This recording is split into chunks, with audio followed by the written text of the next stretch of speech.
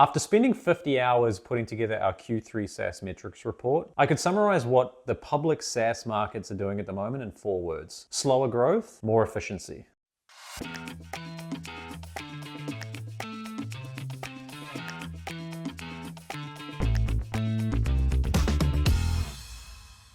We've been hearing about the end of growth at all costs for a while now. Sam Jacobs at Pavilion has done a great job beating this drum, and it looks like the market has heard this message loud and clear. Growth rates are undoubtedly slower, but companies have done a good job at pulling back on this kind of growth at all costs, full tilt mindset, and have done a good job transitioning into higher free cash flow, closer to operating margin break-evens, and even in some case profitabilities. The problem, however, is that this has come at a cost, and that cost is lower valuations. But before we get into that, let's take a look at some of the data that paints a really clear picture illustrating this lower growth, greater efficiency situation. First chart I've got here is really straightforward. ARR growth rates over the last 10 quarters. What we can see here really clearly is that the trend is down and to the right. From just under 49% in Q1 of 2022 to just over 22% in Q3 of 2024. So to come back to that broader narrative, it is if growth is slow, you need to be operating more efficiently. And that means higher rates of free cash flow generation. So let's take a look and see if that's been the case. Trend on free cash flow is pretty clearly up and to the right. We have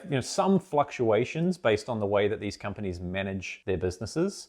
But if we take a look on a year-over-year basis, right, comparing Q1 to Q1, Q2 to Q2, Q3 to Q3, we can see a really clear increase in free cash flow margins for the basket of companies that we track. Take the most recent quarter as an example. 8 quarters ago, average free cash flow margin was 6%.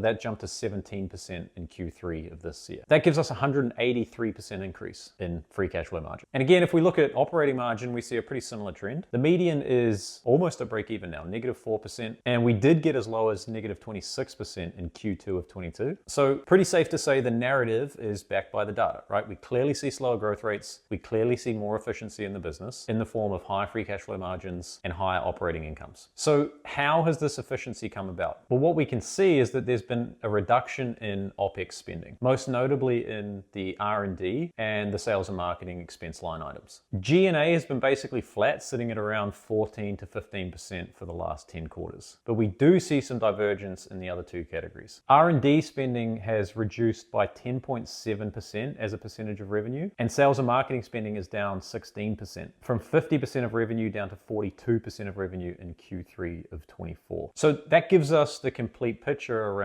slower growth rates, greater efficiency within the business. But there's another angle that I've been talking about pretty loudly, which is this reduction in go-to-market efficiency. And that is that it's just much harder for companies to generate net new ARR growth today than it was just a couple of years ago. Now, obviously we can see that in growth rates, but if we take a closer look at some of the go-to-market efficiency metrics, the picture becomes even more stark. When we look at CAC payback rates, we can see that the median CAC payback period has increased from 20 months in Q1 of 22 to 33 months at the peak in Q2 of 2024. That's a 65% increase, meaning that these companies are having to spend 65% more on sales and marketing in order to generate one net new dollar in ARR once they've adjusted for gross margin. Now, why is that? If we plot ARR growth and sales and marketing spend on the same chart, we can see why this metric has blown out so much. What we see here is that sales and marketing spending has decreased as a percentage of revenue over time, but not as quickly as growth rates have fallen off. When we combine these 2 things together, that means that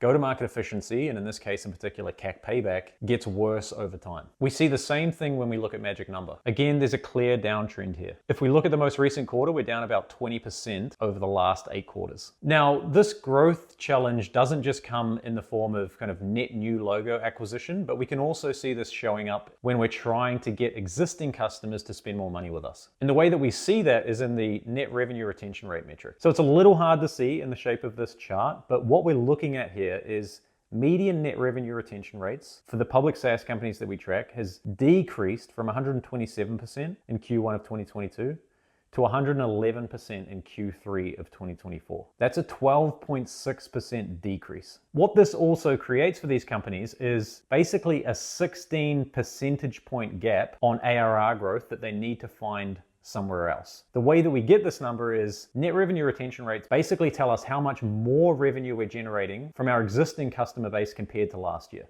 So a net revenue retention rate of 100% would tell us that that previous cohort of customers is spending the exact same amount of money with us this year. When we go from a net revenue retention rate of 127 down to 111, we've got a 16-point growth gap that we need to be able to fill from somewhere else in order to maintain the same growth rates. The only place that that can come from is from net new logo acquisition. And in this market, that's proving very difficult to achieve. As a result, we see lower growth rates. So what does all of this mean? Well, what this leads to is a massive drop-off in valuations for publicly traded SaaS companies. According to data from Adventus Advisors, public SaaS company multiples peaked in 2021, where we saw the median company valued at about 20 times ARR, and the top quartile companies valued at about 35 times ARR. Fast forward to January of this year, and that's compressed significantly. The median valuation is down 63% to 7.4 times ARR, and the top quartile is down the same amount to about 12 times ARR. Now, the bet that these companies are making is that they can re-accelerate growth. The way that we can make that assumption is based on the fact that they haven't trimmed back sales and marketing expenses that far. Yes, they're down, but we're not seeing a wholesale change away from trying to drive top-line growth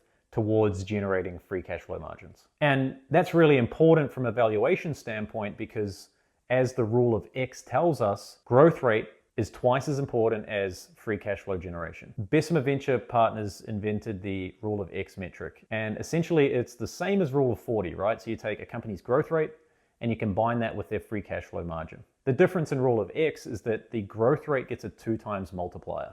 Now, looking back historically, rule of X has been the greatest predictor of company valuations of all of the SaaS metrics, right?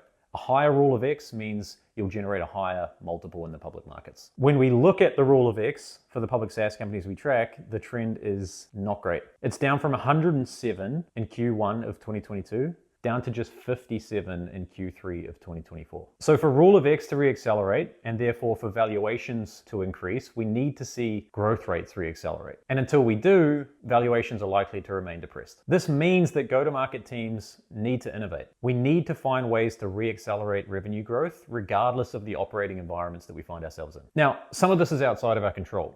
What happens in the economy, what happens with interest rate policy, we can't control any of that. But despite those factors, there are still companies finding a way to grow quickly. Rubrik generated 55% ARR growth in Q3 of 24. Atlassian, Monday, Palantir, GitLab, they all grew north of 30% in Q3 of 24. So it can be done, but we really need to focus now. The things that worked in the past to help us generate easy growth, those things no longer work. It's just much more difficult to generate that top line growth. Now, that takes me to a plug on something that we're working on. If you missed the video last week, we're in the middle of running our go-to-market experiment series. In this series, we're going to be taking a go-to-market tactic or strategy, designing an experiment around it, and then putting it to the test.